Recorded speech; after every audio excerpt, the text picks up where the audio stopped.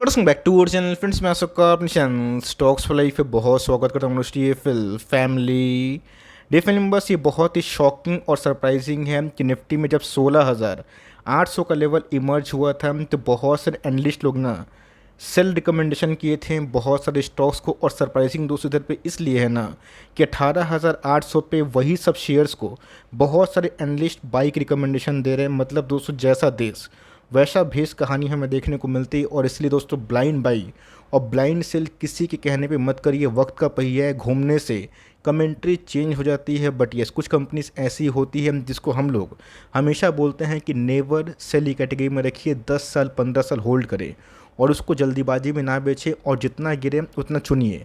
अब चुनने का मतलब ये नहीं होता कि 100 स्टॉक 200 स्टॉक की पारी खेलनी है। कभी कभी एक स्टॉक दो स्टॉक से भी इंसान को संतुष्टि होनी इंपॉर्टेंट है।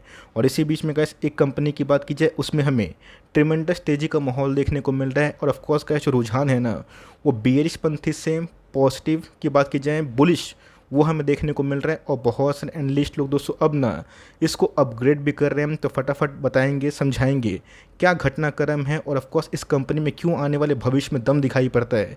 इसको लेके पूरा नॉलेज आपको मिलेगा। चैनल फर्स्ट टाइम होंगे सब्सक्राइब कर सकते हैं इस तरह की क्वालिटी कंटेंट को सबसे पहले एक्सेस करने के लिए। Now without dealing any for time, let's begin. भाव की बात की जाए, लास्ट टाइम 4-4.25% के आसपास तेज़ी का माहौल देखने को मिला। उसके पहले वाले दिन भी दोस्तों इस कंपनी में अच्छी खासी तेज़ी का माहौल देखने को मिला था। तो जी गैस बहुत लोग आराम से समझ गए होंगे प्राइस देख के मैं किसके बारे में डिस्कशन कर रहा हूँ। लेकिन दोस्तों इधर पे कुछ ऐसी इन्फॉर्मेशन है जो शायद आपको पता ना हो और आपके जीके के लिए दोस्तों उतना ही इम्पोर्टेंट है जितना इनके इस बिजनेस पॉइंट ऑफ व्यू जिसको मैं डिस्कस करने वाला हूँ उतना है।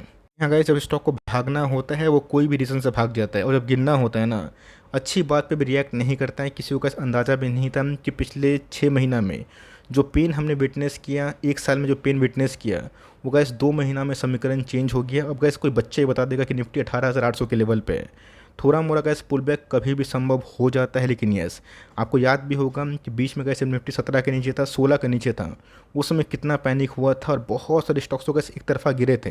जो भी एक तरफा भाग रहे हैं तो पिछले 1 महीने में गैस पास्ट 1 मंथ में ये कंपनी 21% के आसपास चढ़ चुकी है। गैस हम लोग बात करने वाले हैं डीमार्ट के बारे में। डीमार्ट के बारे में गैस कुछ ऐसे पता है कि मैंने बहुत बार, आज से नहीं बहुत पहले से कमेंट्री दी। और गाइस मेरी कमेंट्री जो पहले थी ना आज भी वही देखने को मिल रही है। बट यहाँ पे गाइस रुझान क्या चेंज हुआ पता है? देखिए यहाँ पे दोस्तों बहुत ही इंपॉर्टेंट कॉन्सुलेशन के बाद हमें एक वेज पैटर्न में ठीक से अगर ड्रॉ करूँ ना तो आपको समझ में आएगा किसने गैस टेक्निकल जो ब्रेकआउट है उसको दिया है हम। तो यहाँ पे गैस मोटा मोटी बोलने का मतलब है कि कंपनी अभी बहुत सारे जो नैरो विथ जो बॉन्ड रेंज था दोस्तों इससे निकल रही है। बट येस, ये बिजनेस मॉडल गैस खास क्यों हो जाती है और क्यों दोस्तों यहाँ पर डाउनग्रेड आया था और ऑफकोर्स अपग्रेड के पीछे की वजह क्या है वो भी गैस मैं खुला खुली बताऊंगा। बिकॉज डीमार्ट की बात की जाए तो इसमें हमें वॉल्यूम्स का अच्छा खासा कारोबार होता हुआ दिखाई दे रहा है। डीमार्ट की बात की जाए, आप सबको अच्छे से पता है दोस्तों कि मार्केट में जब यूफोरिया होता है, बुलिश सेंटिमेंट होते हैं, वो गैस क्या होता है, बहुत लोग तो इस मार्केट की रैली को ना यूफोरिया समझ रहे हैं।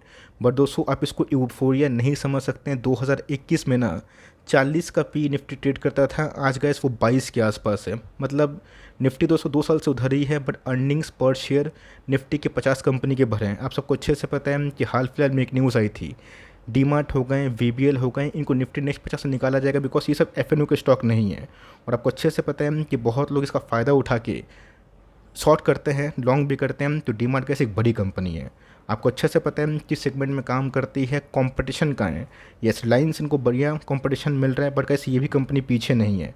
अब दोस्तों कंपनी की ताकत और कंपनी की जो कमज़ोरी है ना उस पर मैं हाईलाइट करूँगा। लेकिन इसी बीच में कैसे of course valuation point of view से कंपनी पहले से ही महंगी है। अगर आपको लगता है कि कंपनी को 20 के पी मिलेगी, आप दोस्तों गलत जगह है। उसके लिए गाइस कंपनी पे एक दाग लगना इंपॉर्टेंट है। बट कंपनी के प्रोमोटर गाइस जिस हिसाब से हमें देखने को मिलते हैं, आप उनको अच्छे से जानते हैं कि दमानी जी कितने वेल रिप्यूटेड इन्वेस्टर हमें देखने को मिलते हैं। और साथ ही साथ कंपनी की वैल्यूएशन पॉइंट ऑफ व्यू को छोड़ के गाइस कंपनी का फेस वैल्यू 10 है और कंपनी की आरओसी और जो आरओई है वो हमें इनलाइन दिखाई पड़ती है। So interesting facts and figures हमें क्या देखने को मिल रहा है, मैंने क्या बताया कि पहले कमजोरी से शुरुआत करते हैं कि प्राइस ट्रेंडिंग थोड़ा सा हेवी है, कंपनी की वैल्यूएशन ऑफकोर्स महंगे हैं, कंपनी को रिलायंस से अच्छा खासा कंपटीशन मिल रहा है। क्या आपको लगता है दोस्तों कि पूरे इंडिया में सिर्फ और सिर्फ एक ही रिटेल कंपनी रहेगी? नहीं दोस्तों, इंडिया को और भी रिटेल किंग की आवश्यकता है और डीमार्ट उससे पीछे नहीं है। आने वाले कल में मैं विश करूंगा कि और भी रिटेल सेगमेंट में राइज हो, बिकॉज इंडिया का डेमोग्राफी समझिए। अभी भी दोस्तों बहुत लोग शॉपिंग करते हैं, वॉलमार्ट ऑनलाइन भी है ऑफलाइन भी है, उनके ऑफलाइन स्टोर में भी उतनी भीड़ होती है जितना वो ऑनलाइन डिलीवर करते हैं।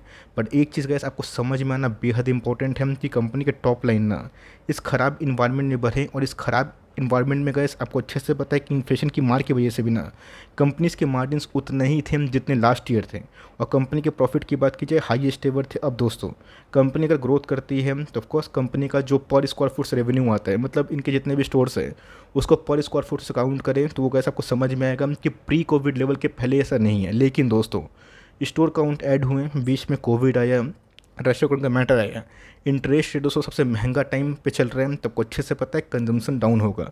बट इसी बीच में गैस जैसे ही रेट कट शुरू होगा ना, इनके नॉन एफएमसीजी बिजनेस काफ़ी अच्छा परफॉर्म कर सकते हैं। सो यहाँ पे बहुत ही इंपॉर्टेंट चीज़ है, शायद आपको ये चीज़ पता हो या फिर ना हो, बट समझिए डीमार्ट दोस्तों जितने भी स्टोर्स अपने खोलती हैं ना, ये अपने ही परचेज लैंड पे खोलती है। तो बहुत लोग बोलेंगे ठीक है सर, चलिए अच्छी बात है, इससे हम लोगों को क्या फ़ायदा हुआ? ऑफकोर्स दोस्तों कंपनी का फ़ायदा मतलब हम लोग का फ़ायदा। कंपनी गैस रेंट बचा रही है, लेकिन बहुत लोग सिर्फ ये काउंट करते हैं कि रेंट बचा रही है, और क्या दोस्तों जहाँ पे वो कंपनी अपना प्रॉपर्टी खरीद रही है ना, आज से 10 साल पहले 5 साल पहले मान के चलिए डीमार्ट के अगर 100 स्टोर होंगे ना, तो 100 स्टोर में गैस जो कंपनी खरीदी थी, जिस लैंड परचेज़ करी थी, उनकी वैल्यू अलग थी। और गैस 100 साल की बात की जाए, 50 साल की बात की जाए, 10 साल बाद की बात की जाए, हमेशा लैंड की वैल्यू बढ़ती है। सेम दोस्तों कॉन्सेप्ट ना मैकडी ने किया था। आपको विश्वास नहीं होगा दोस्तों कि मैकडोनल्ड्स की जो जो फिक्स एसेट है, आप देख के चौंक जाएंगे हम, जहाँ पे गैस डीमार्ट की फिक्स एसेट कितनी है? 11,340। रही बात दोस्तों इनके रिजर्व्स की बात की जाए 15,000 करोड़। बोरोइंग्स की बात की जाए ना के बराबर। बोलने का मतलब कैसे इधर पे ये है कि अगर डीमार्ट के पास ना ऑलमोस्ट 2 बिलियन के आसपास या फिर 1.5 बिलियन के आसपास फिक्स एसेट है ना, मैकडोनल्ड्स की बात की जाए उनके पास 50 बिलियन के आसपास है। जितना गैस वो बर्गर बेच के पैसा नहीं कमाते ना, उतना गैस उनके फिक्स एसेट की वैल्यू बढ़ रही है। तो इसीलिए गैस मैकडी को ना एक रियल एस्टेट का बिजनेस बोलना गलत नहीं होगा, बिकॉज उनके जो कॉन्ट्रैक्ट्स होते हैं जनरली वो उसी को ही फ्रेंचाइजी देते हैं जिनके गैस लैंड जनरली खरीदी हुई जाती है। आप जाके गूगल चेक कर सकते हैं, जहाँ पे गैस आपको मैकडी का जो फिक्स एसेट दिखाई पड़ेगा ना, वो 50 से ऊपर दिखाई पड़ेगा। तो बोलने का मतलब इधर पे ये है गैस कि आने वाले कल में अगर डीमार्ट 1,000-1,500 के आसपास स्टोर खोलती है 10 साल 12 साल में, आप समझ चलिए दोस्तों कि उनकी जो एग्जिस्टिंग जो अभी के टाइम जो स्टोर्स हैं उनकी वैल्यू लैंड की वो कब होगी, कितनी होगी। और ऑफकोर्स इंडिया के डेमोग्राफी में जो पॉपुलेशन बढ़ रहा है उसमें गैस बहुत ज़्यादा हमें ग्रोथ की संभावना है। और ऑफकोर्स ऑनलाइन जो प्रेजेंस है कंपनी उसमें काम करती है, तो मुझे लगता है कि आने वाले कल में कंपनी और भी अच्छा कर सकती है। दोस्तों फिक्स एसेट का जो फार्मूला है वो समझ में आ गया होगा। Fix asset generally gas cash में आप उसको कन्वर्ट नहीं कर सकते हैं, चाहे वो लैंड की वैल्यू की बात की जाए, प्रॉपर्टी की वैल्यू की बात की जाए, प्लांट की, इक्विपमेंट की, ये उसमें हमें देखने को मिलता है। तो प्रोमोटर ने गैस थोड़ा बहुत स्टेक ऑफलोड किया था, बट मेजोरिटी उनके पास है। एफआईएस और डीएस के पास थोड़ा मोड़ा स्टेक है। और पब्लिक की होल्डिंग की बात की जाए वो भी 10% से नीचे आती है। बात कंपाउंडेड सेल्स ग्रोथ की, तो जी हाँ गैस मैं माइंड नहीं करूँगा कि कंपनी अगर मोनोपोली है, डुओपोली है, और कंपनी के वैल्यूएशन अगर 100 के पी पे ट्रेड करता है, 110 के पी पे ट्रेड करता है, और कंपनी सही में 25% के आसपास ग्रोथ करती है और 25% के आसपास प्रॉफिट करती है, और आरओई का इस 15 से 20% के आसपास है, तो मुझे गैस ऑफकोर्स वैल्यूएशन तो महंगा दिखाई पड़ेगा, बट हर एक डिप में अगर आप थोड़ा थोड़ा बाई करते हैं ना, आपको 3 साल तो पैसे नहीं बनेंगे ये पकड़ के चलिए, बिकॉज वहाँ पे नो प्रॉफिट नो लॉस में होंगे या फिर लॉस में होंगे या थोड़ा सा ही प्रॉफिट में होंगे। बट 5वें साल 7वें साल आपकी एकोमुलेशन के बाद जब कंपाउंडिंग की स्पीड बढ़ेगी और जब कंपनी एग्रेसिवली ग्रोथ करेगी ना, तब उसका फ़ायदा का लॉन्ग टर्म में आपको ज़रूर होगा। मैकडोनल्ड्स की स्टोरी अगर आपको पता थी तो अच्छी बात है, नहीं पता थी कुछ सीखने को मिला तो लाइक ज़रूर करिएगा, जिससे मुझे पता चले कि आपको कुछ इंटरेस्टिंग लगी। बिकॉज मैकडोनल्ड्स का बारे में दोस्तों मुझे भी उतना नहीं पता था, बट रिसर्च करने के बाद कुछ आइडिया मिला, तो ऑफकोर्स मैंने सोचा क्यों ना आपसे शेयर करूँ।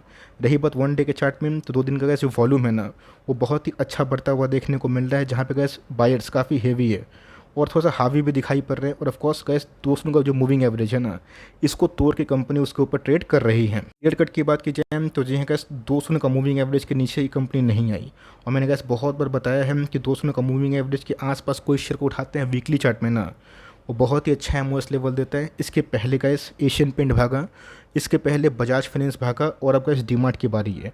तो अगर आपने होल्ड किया तो अच्छी बात है, पैनिक में आके दोस्तों ना कभी कोई शेयर को बेचिए, अच्छे शेयर को ना यूफोरिया में आके बाइंग करिए। कंपनी का इस सेक्शन में काफ़ी महंगी थी और अभी भी महंगी है, बट मेरे हिसाब से गाइस प्राइस करेक्शन हो चुका है, तो मौजूदा भाव पे भी कंपनियों को खरीदा जा सकता है। बट एक बार मत खरीदिएगा, थोड़ा बहुत अगर बाइंग करके लॉन्ग टर्म छोड़ते हैं ना, मुझे लगता है कि ऐसी कंपनी आपको अच्छा रिवॉर्ड देगी। और जिस कंपनी के पास एसेट्स बढ़ते हैं वो कंपनी गैस कभी ना कभी रियल इस्टेट में भी ना अपना एक्सपोजर डालती है। इसमें गैस बहुत पुरानी कहानी भी कभी मैं और डिस्कस करूंगा।